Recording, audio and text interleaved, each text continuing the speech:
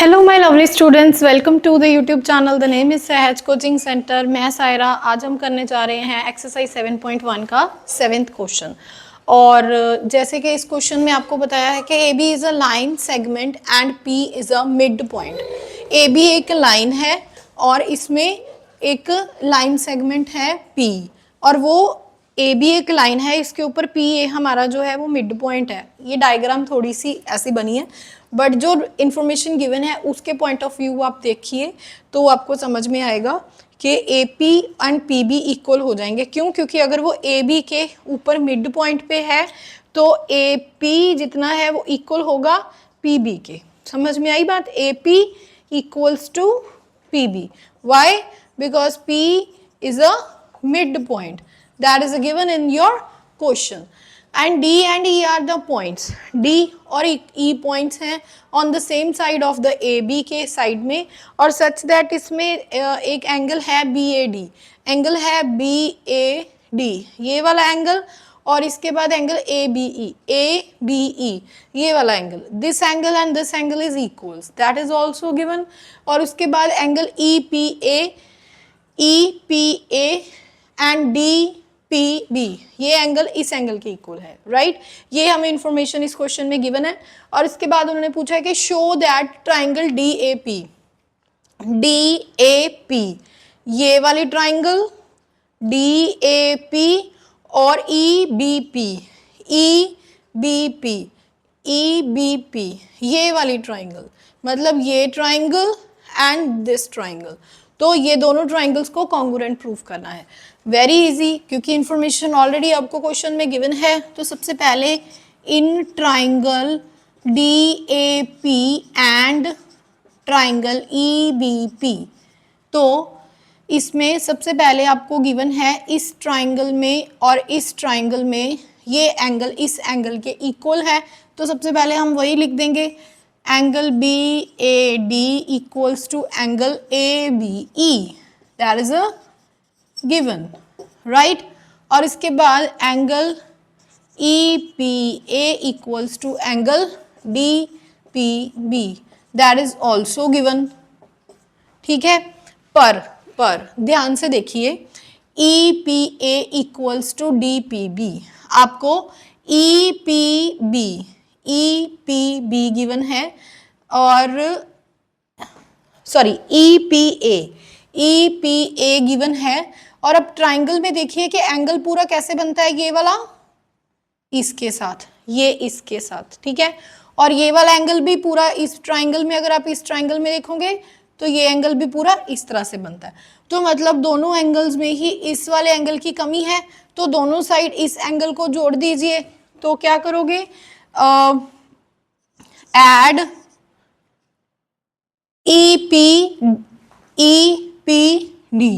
add EPD in both side, right? तो इससे क्या हो जाएगा आपके पास angle EPA plus angle EPD equals to DPB plus angle EPD दोनों साइड जोड़ देंगे तो हमारे पास क्या होगा?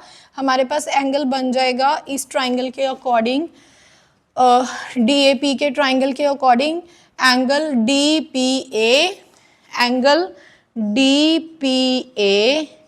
इक्वल हो गया एंगल DPA इक्वल हो गया EPB के, राइट? तो ये हो गई एक और ये हो गया दो, एंड थर्ड कंडीशन थी दिस वन कि इस ट्राइंगल में और इस ट्राइंगल में देखिए हमारा AP आ रहा है और इस ट्राइंगल में देखिए हमारा BB आ रहा है, और जो एंगल आपने प्रूफ किए हैं इन ट्राइंगल्स के वही वाली साइड जो है हमारी वो इक्वल आई है।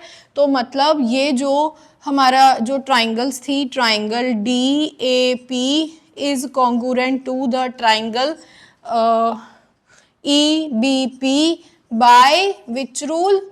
That is a side angle side, that is a rule number 3। SAS के साथ ये जो ट्राइंगल्स हैं वो कॉन्ग्रुएंट प्रूफ हो गई हैं। उसके बाद ये था हमारा फर्स्ट पार्ट। सेकेंड पार्ट में वो पूछ रहे हैं कि A D equals to B E के, ए डी, तो ए डी कौन सी है, ये है, और बी ई कौन सी है, ये रही। मतलब ये दोनों के दोनों क्रॉस, मतलब इस ट्राइंगल का ये पार्ट और इस ट्राइंगल का ये पार्ट, तो ये दोनों कॉरस्पॉन्डिंग पार्ट बन रहे हैं भाई। तो corresponding part is always equal to the congruent triangles. Congruent triangles के जो कॉन्ग्रुएंट पार्ट्स होते हैं वो हमेशा इक्वल होते हैं। तो by C P C T this A D equals to B E हो गया, राइट। तो ये था हमारा क्वेश्चन नंबर 7। यस, तो हमारा नेक्स्ट क्वेश्चन नंबर 8, जिसमें हमें डायग्राम मेंशन नहीं है, इसमें सिर्फ इंफॉर्मेशन मेंशन है। तो उसके अकॉर्डिंग हम सबसे पहले तो डायग्राम बनाएंगे। इसमें सबसे पहले देखिए है क्या, in right angle triangle A B C, एक ट्राइंगल है जो राइट एंगल्ड है और ए बी सी उसका नाम है, और राइट एंगल्ड एट सी है, वो सी पॉइंट जो है वहाँ पे 90 डिग्री बन रहा है। तो सबसे पहले बनाइए राइट एंगल ट्राइंगल। तो यहाँ पे जो है वो सी है, यहाँ पे ए है, यहाँ पे बी है, राइट। और उसके बाद क्या कह रहे हैं, M is the mid point of the hypotenuse, ये ए बी एक हाइपोटेन्यूज हो गया, और यहाँ पे एक एम पॉइंट है जो कि मिड पॉइंट है ए बी का, राइट। और उसके बाद क्या कह रहे हैं, M is the mid point of hypotenuse A B and C is join to M, C जो है वो एम को ज्वाइन कर रहा है, राइट। और उसके बाद and produce to the point D, और ये जो पॉइंट है आगे इसको डी की तरफ प्रोड्यूस किया गया, राइट। तो ये हो गया point D, such that D M equals to C M है, जो डी एम है वो सी एम के इक्वल है। ये दोनों इतना डी एम और सी एम एक दूसरे के इक्वल है। ये एम लाइन के बीच में आ गया, इसको थोड़ा सा ऐसे बना लेते हैं, ठीक है, और थोड़ा सुंदर बना लेते हैं एम, राइट। और इसके बाद and point D is join to point B, और फिर कहते कि पॉइंट बी के साथ डी को ज्वाइन कर दीजिए, ठीक है। तो लीजिए कर दिया, आपका मान रख लिया हमने। And show that triangle A M C is congruent to the triangle D B M D. A M C कौन सी है, ए एम सी ये वाली ट्राइंगल, और इसके बाद बी एम डी ये वाली ट्राइंगल, राइट। तो इसको कॉन्ग्रुएंट प्रूव करना है। तो सबसे पहले इन ट्राइंगल में जो चीज़ गिवन है पहले तो वही लिख लीजिए, D M equals to C M है, ये गिवन है, ठीक है। इन ट्राइंगल वो लिख लीजिए, in triangle A M C and triangle B M D. इसमें सबसे पहले D M equals to C M है जो कि हमें गिवन है, राइट। और उसके बाद इन्होंने एक चीज़ हमें बताई थी और कि जो m है वो मिड पॉइंट है ऑफ ए बी का। और मिड पॉइंट का मतलब क्या होता है, अगर कोई लाइन पे कोई पॉइंट मिड पॉइंट है तो दैट मीन्स वो लाइन इक्वल दो हिस्सों में बंट गई। तो मतलब B M equals to A M, B M equals to A M. Why? Because m is a mid point of A B, right. उसके बाद नेक्स्ट देखिए, ये वाला एंगल इस एंगल के इक्वल हो गया। कैसे? ये देखिए ध्यान से, क्योंकि ये एक वर्टिकली ऑपोजिट एंगल्स बन रहे हैं। तो angle D M B equals to angle A M C. Wait, हमने ट्राइंगल ए एम सी पहले लिया है तो इधर ए एम सी आएगा, A M C equals to D M B. और हमने ये भी सही लिखा है कि नहीं, इसमें हमने ए एम पहले लिखा है तो इधर ए एम आएगा। ये बहुत मेन चीज़ें होती हैं, ये नंबर कट करवा देंगी। सारा क्वेश्चन सही करके आए होंगे पर वहाँ पे जाके गलती हो जाएगी। और इसमें भी सेम मैंने सी एम इधर आएगा और डी एम इधर आएगा, क्योंकि हमने जो ट्राइंगल लिया है उसके जो डिमेंशंस है वही पहले आएंगे। ए एम सी के डिमेंशंस ही पहले आएंगे और बी एम डी के बाद में आएंगे, ठीक है। तो इस बात का ध्यान रखिएगा। तो ये कौन सा एंगल हो गया? Vertically opposite angle, right. तो इसके साथ 3 कंडीशंस फॉलो हो गई। Hence triangle A M C congruent to the triangle B M D by which rule? देखिए ध्यान से, साइड कौन सी है? ये साइड इस साइड के, और ये साइड इस साइड के, ये साइड इस साइड के, और बीच वाले एंगल। तो बाय एस रूल से हमारा जो है साइड एंगल साइड के हिसाब से हमारा रूल नंबर 1 से ये ट्राइंगल कॉन्ग्रुएंट प्रूफ हो गई है। और ये था 8th क्वेश्चन का फर्स्ट पार्ट।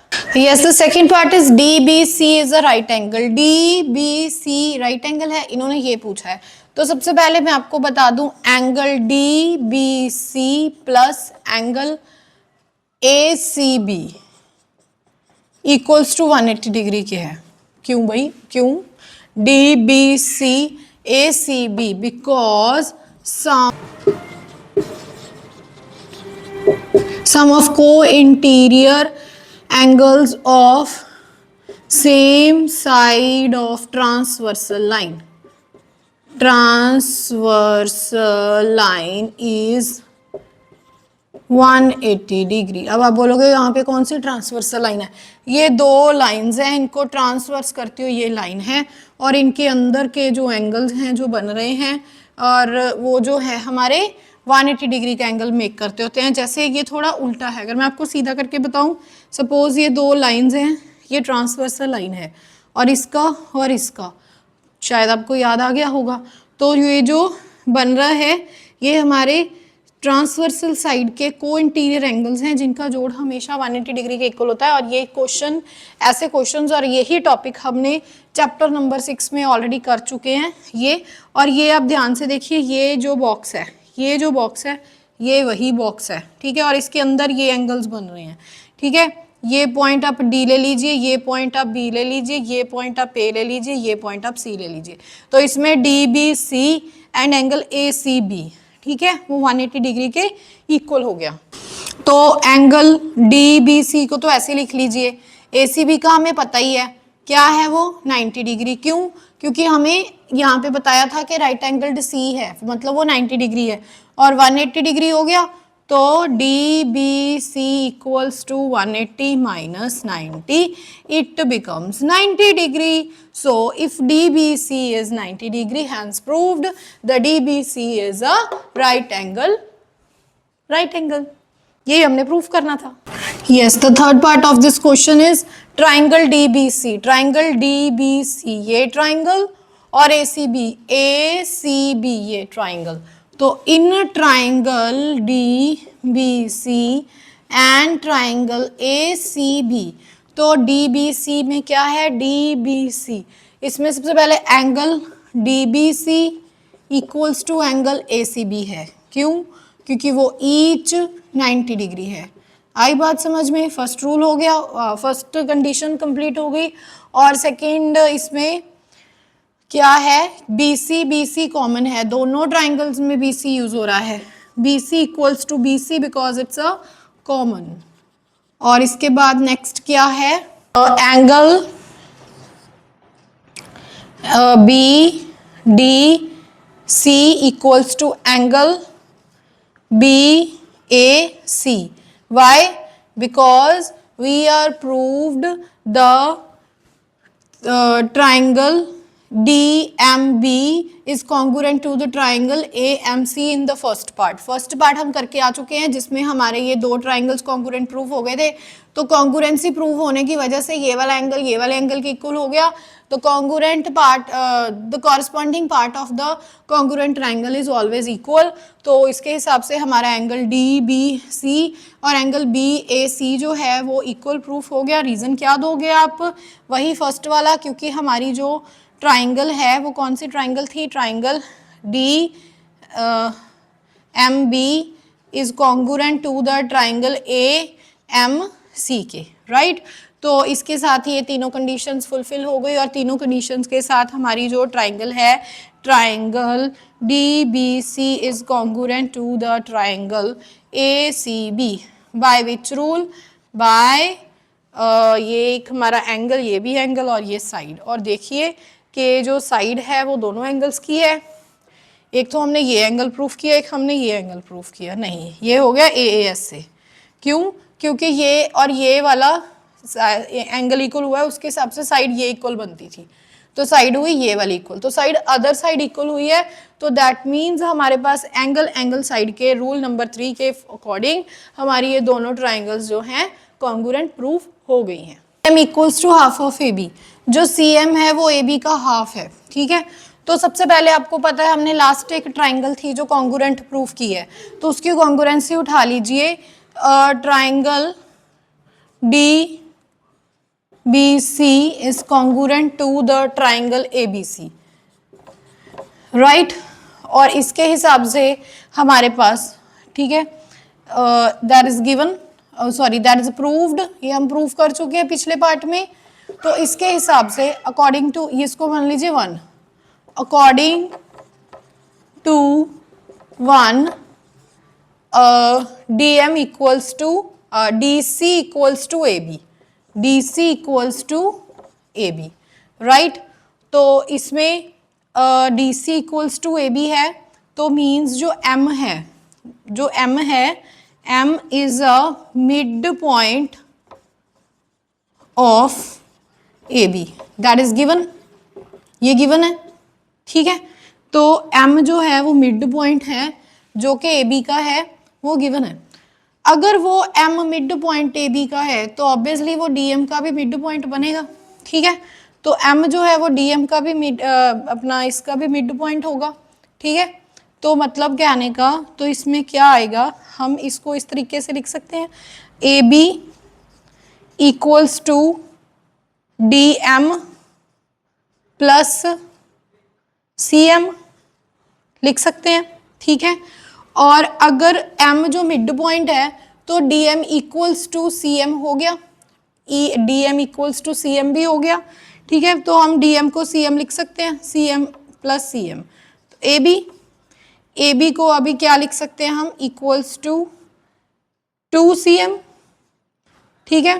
2 इसके साथ मल्टीप्लाई में है तो अब क्या लिख सकते हैं, half of AB equals to CM, क्योंकि ये CM इधर मल्टीप्लाई में था, इधर आके डिवाइड में हो जाएगा, half of AB equals to CM। तो यही हमने प्रूफ करना था, CM equals to half of AB, और वही हमारा प्रूफ हो गया। तो ये लास्ट पार्ट थोड़ा ध्यान से, आराम से, इत्मीनान से देखिएगा, क्योंकि ये थोड़ा सा डाइसी है। होप सो आपको सब समझ में आ गया होगा। और इसी के साथ होती है हमारी एक्सरसाइज का एंड, और वीडियो का भी कर रहे हैं हम end. I will meet you in the next video, bye.